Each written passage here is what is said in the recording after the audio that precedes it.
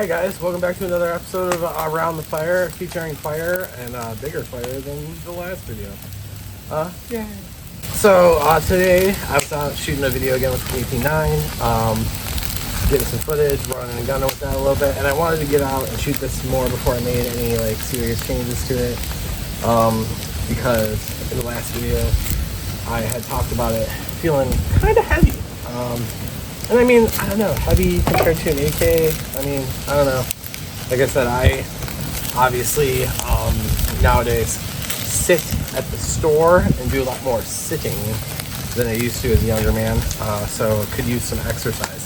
So like I said, I wanted to get out there, run around with it, see how I felt with it. And I think overall it's a like super kick-ass gun, obviously.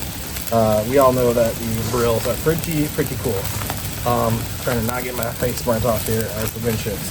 Perhaps fire was not the best idea for a co-host. But that being said,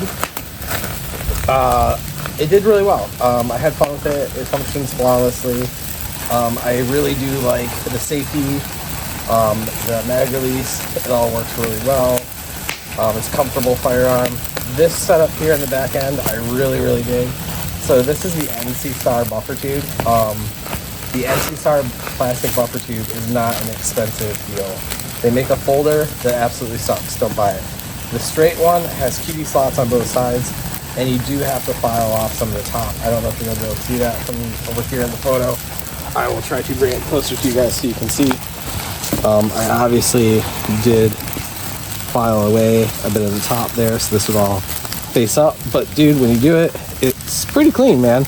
And with that Magpul stock added with their clip-on cheek riser, it really gets you to like a perfect position to run the EOTech with your ears.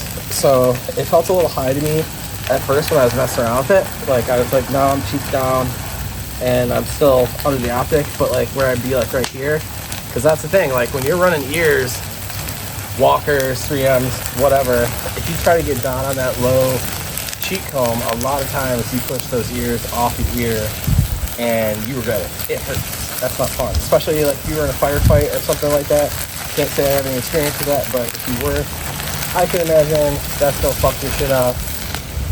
And instead of shooting, you're gonna be trying to, fix your ears, and that's not what you want to be doing in the middle of a firefight. But yeah. So we got out there, we did some moving with it. The reloads on it felt really good. Always need work on that department, so keep practicing. The front end, moving around, especially with the glove on, but moving around and not shooting just like ridiculous flames of fire and standing on a target. Didn't get so hot as last time, and like I said, the reason for the heat is this sling block, or handguard front retainer block, has two sling pieces that come out on each side. And it's definitely making more contact, and it's a bigger block than like the typical AKs. There's going to be a lot more heat transfer in that same type of handguard that you put over that. And if you guys know me, you follow the channel, I fuck with everything. So like I said, this was a aim handguard that I just cut a hole in the side right here for this. And then I had to do a little bit of filing underneath, a little curved bevel just to get around these sling loops. But it had already been cut up front here before. That's not related to this. That had been cut so it fit on a 104 length gun before, and then we switched to something else. I can't remember what project that was, but yeah, I mean, it does really well. I guess I would have to take all the parts off and weigh it to see where all the weight is coming from, because in these original configurations, like the plastic handguard, the plastic butt stock, and obviously the top rail, when I first felt it, I was like, wow, that is a really lightweight thing. This is going to be awesome to run. And then I go and I slap all the shit on it. I'm like, holy crap, this thing's like really heavy. Why is it so heavy? And it's like, come on, I mean, you know why I said you're an idiot. But, you just didn't think it was going to be that heavy. So I don't know what's adding up here. Like I said, this front flashlight being stuck out so far, I'm sure is a bit of it. The muzzle brake, we got out there. I did some more shooting. I did a lot more shooting today, just moving around like from the, the shoulder. And it doesn't feel bad. I don't think I'm gonna keep it though, because for me, I prefer a little bit flatter shooting brake than that. Maybe I'll shoot it a few more times, try it out. but I also noticed something about it, like, and I, somebody with maybe some more knowledge than me, mine's timed so that this spot where it would have been like for a pin is up, and this spot is on the bottom. Somebody told me that that's correct for the alignment with a bayonet, so that would be the proper install. I know these supposedly were on original guns pin and welded. This here would have been Loctited, I believe, because this was an Arms of America build. So there's threads of some sort underneath there, I believe. And just like looking at these, so it's got from the top to the right, there's a port. So that port's going to drive you down away. So I guess that's to compensate for recoil, there. But then it has a port on the bottom, and then another port kind of on the bottom left. So these two ports are going to, in my opinion, drive you up, not down, not keep you flat. They're clearly going to drive you up.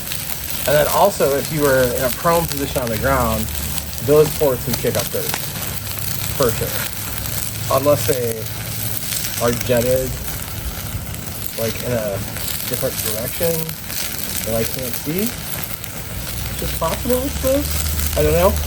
But it just seems strange to me. So, if someone with a bit more knowledge on that one wants to chime in there and leave me a comment, let me know if it's, oh dude, you definitely got to keep it, just keep shooting with it. It's actually really good, get used to it.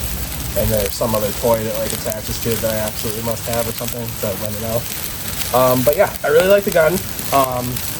Like I said, these had never really been on my radar because of their cost, but now that I have it, I've been loving it. So if you can get out there and get one for a reasonable price, do. I paid $1,100 for this one, but I got a good deal from a friend. I see people trying to jack them up to like $4,000 on Gunbroker. It's insane. Don't pay that kind of money. Wait for a good deal. Check your local gun stores, stuff like that. I have an extra one of these. If anybody needs one, holler. I ordered 2 by mistake. That's what happens when you drink and order stuff on the internet. Don't drink and shop online. But yeah, can't really say enough good things about it. It's sad that I only really caught on to it as they were leaving the market, because I would have liked to have gotten a 7.62 one and maybe a mini Beryl. The mini Beryl is a cool little pistol, short, and has the like tonsil style optic mount thing on there, but I've seen some pretty cool builds on those. And I would have liked to have probably gotten one more of these to just do like an original factory build on with like that square buffer tube stock and like their FE Radom quad rail and the top rail, because I have an extra one, heck, but that would have been really cool. But yeah, I mean, just like shooting, like I said, everything is really just like holding up rock solid. This mounting system is super interesting. I don't know if this ever breaks down into like a system where it comes off easily, and that's okay. I think because you probably wouldn't want it to, even though you want to be able to like field strip your gun. I believe it would work in that sense. Like you would be able to get it off to field strip and do some sort of maintenance on your gun. It's not a quick release. This isn't something that's going to just like pop off real fast. You're going to drop it and go to your sidearm if you're having a problem with it, because that's just, I feel like, probably how it was intended. And if it wasn't, that's strange, because it's so rock solid. It just seems like that was probably the forethought put in it, because I can't imagine this breaking in a way that would, go on and off really easily eventually, because if it did, it would seem to lose those properties which made it so rock solid, if that makes any sense to you at all. I know I'm kind of like talking in circles here, sorry. But yeah, FB Radom Beryl M1. You have 223 S Beryl M1 B223. Yeah, very cool, man. Very, very cool gun. Alright guys, thanks for watching, thanks for hanging out. If anything comes of this in the future, if I do any major changes or got any other stuff to report, I'll make another one on it. But yeah, we'll retire it for now. I'm sure you guys have gotten enough 2 Beryl videos in 1 month. So, alright, catch you on the flip.